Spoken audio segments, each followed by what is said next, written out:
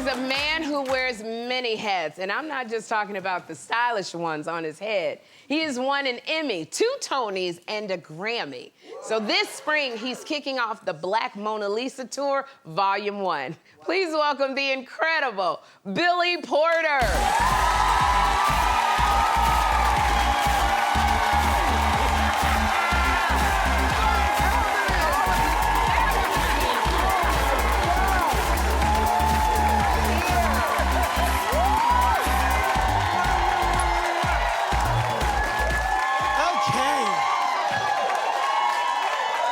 This show is lit.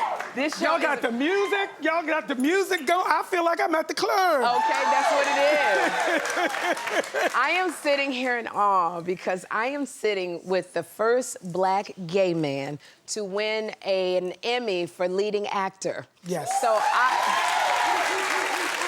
and looking fly. So, how does it feel to make history for your star turn in Pose? I'm still processing. Yes. Because to be truthfully honest, I was told that my queerness would be my liability. And it was for decades. Until it wasn't. And now it's my superpower. Yes. And so I'm just trying to sort of sit in the fullness of that. Yes. And really receive it, and then really try to use whatever platform I have as a result of it. Yes. To set some other folks free too. All right now, I gotta tell you, I did not miss an episode of Pose. I'm such a fan. You were Pray Tell. The show was just groundbreaking, especially for the LGBTQ plus community. Yes, black and brown. Yeah. Black and brown. It really showed a side of life that I didn't know about. That it opened up a world to me that I wasn't aware of. And I love watching it. How gratifying was that to know that this was such a groundbreaking show? Well, I lived through the AIDS crisis. I'm 53 years old, I was there. I lost more friends by the age of 21 than my 85-year-old grandmother had. And, one of the things that I always asked myself was, why was I spared? Right? And after a long time, Pose came along. Yeah. And the character that I was playing, and the fact that I myself am living with HIV, and, was put in a position to tell the story, to create empathy, to create a space where loving kindness and compassion leads and heals. That is what my art is about. And it wasn't nothing but God that put that in my way. But what I loved so much was your character, Pray Tell, wasn't a stereotypical character. You were a diva. Yes. But you had such vulnerability. You had that, in the finale, you went back to make amends with your family. Yes. It was so much, you wanted to be loved. Yes. You went through things everybody goes through. Yeah. And I loved how you portrayed the tenderness of your heart and being vulnerable. I couldn't, you just had me in tears most of the time. Thank you, I appreciate that. And that's intentional, and it's the only thing that I've ever wanted to be. I think sometimes, the stereotype of queerness can veer into clown show and clown show only. And yes, we're fabulous, but fabulous and serious do coexist. They do. Yeah. And I am a representative of that. Yeah. Well, it ain't gonna be serious because we know we get to see all your talents when you go on the road. This is your first road tour. Yes! Congratulations on the Black Mona Lisa Tour. Yes! Volume 1. Yes!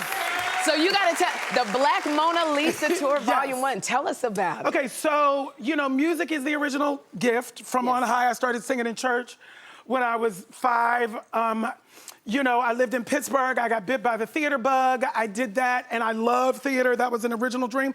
But another one of my original dreams was to be male Whitney Houston. Oh, really?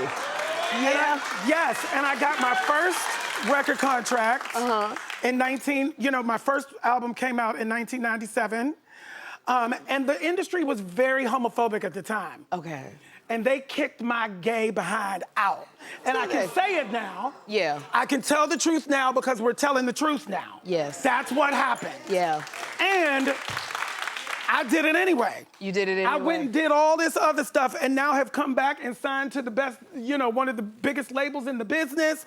And it's all on my terms. And I don't know if you know this, but John Murray was a journalist at that time who was beside me every step of the way. And I have to say this, and I hope I can say this without crying. There were several people in those positions at that time who understood me. And who knew me. And John would check up on me through the years. He would call me and check up on me. And when we started texting, he would text me, "This is a good man." And one of the reasons why I survived the trauma of that was because of of angels like John in my life. I could keep going. Yes. Because you know what I mean? You know what I'm saying. I know exactly what you're saying, and I want to tell you this. You're not taking John away. I'm telling you. If you think, I see where this is going, Billy Porter. I can see. Everybody's trying to take somebody away. Yeah, I can see this. You about to talk to John. You stay away from John Murray right now. You got to let these divas know. I'll fight you right now. I'm not. No. She said that about another friend of mine who works backstage. Michael Lee. He makes all our props over here. You keep coming over here trying to pilch everybody. Filch, whatever you call it. You better stop, Billy Porter. I can't help it. I've been around since Moses. Since water. You know what? I can't wait to see the looks on the Mona Lisa Tour Volume 1 because you are a fashion icon. So what? Look at this. So now I'm that extra. I know I'm extra. It's you all are right. so extra, but when you go on a tour and on a tour bus, you can't take all of that with you, Billy. So why did you narrow that down? Well, I'm in the process right now. Okay. I literally, my stylist, Ty Hunter, Beyonce's ex-stylist. I done made You see what he do? You see what Billy Porter be doing? He take everybody. When I say he came out of retirement this bitch for me. be taking everybody from everybody, you better stop it, Billy Porter. Oh my God, I'm gonna kill you. He came out of retirement. He had retired. Okay. And had already left Beyonce. Is that the story you telling everybody? He came out of retirement. When you have him on for his book, okay, Makeover Takeover, he'll tell you the truth. Okay. It's a small tour. I'm going on a rock and roll bus for the first time in my life. Oh my God. Please pray for me. Wait, then you gotta go with your staff and I gotta go. I don't have dancers. Okay. I can't afford dancers yet. Is this coming out of your pocket? Sorta, but I have my band and I have some visuals. I'm gonna be telling the story of my life and my career on the road, and you can expect like an old school R&B soul kind of concert, something that you would see Al Green or Aretha Franklin or, Gladys Knight or Lettucey or, it's that kind of show. The focus is on the music. I wrote almost all of it. Yeah. And I'm finally getting an opportunity to express and tell my story and my truth through my music. Yes. Which is, like I said, the original gift. And I'm just so excited. I'm really, really excited. I'm very excited for you. Are really wetting the whistle to come see you. And also, tomorrow you're releasing your new single. Yes. Coming out called Baby Was a Dancer. Baby was a dancer. Get ready, she's a bop. The children tell me she's a bop. All right, I can't wait. Now, from the entire album, what can fans expect? Fans can expect a celebration of life. Okay. A celebration of love, of joy, of hope. When you come to see me, that's my energy. And I want to express that all of those things are actions. All of those things are verbs. We must engage in choosing hope and love and joy and peace every single minute of every single day, because it's not easy to do. It is not easy. Especially in these times, it's not easy to do.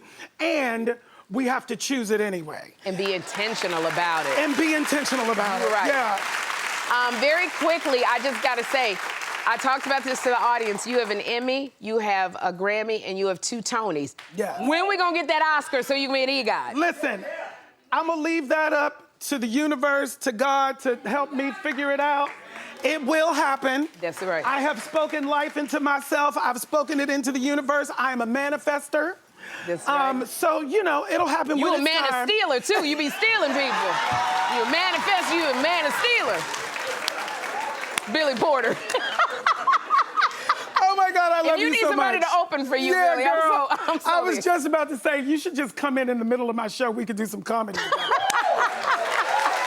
As I would love, Billy Porter. Are you so thankful you came here? I'm so honored that you came I'm here. honored that you've had that. Oh my gosh. I appreciate it. Thank you for being here. For more info on tickets to Billy's Black Mona Lisa Tour Volume 1, go to SherriShowTV.com.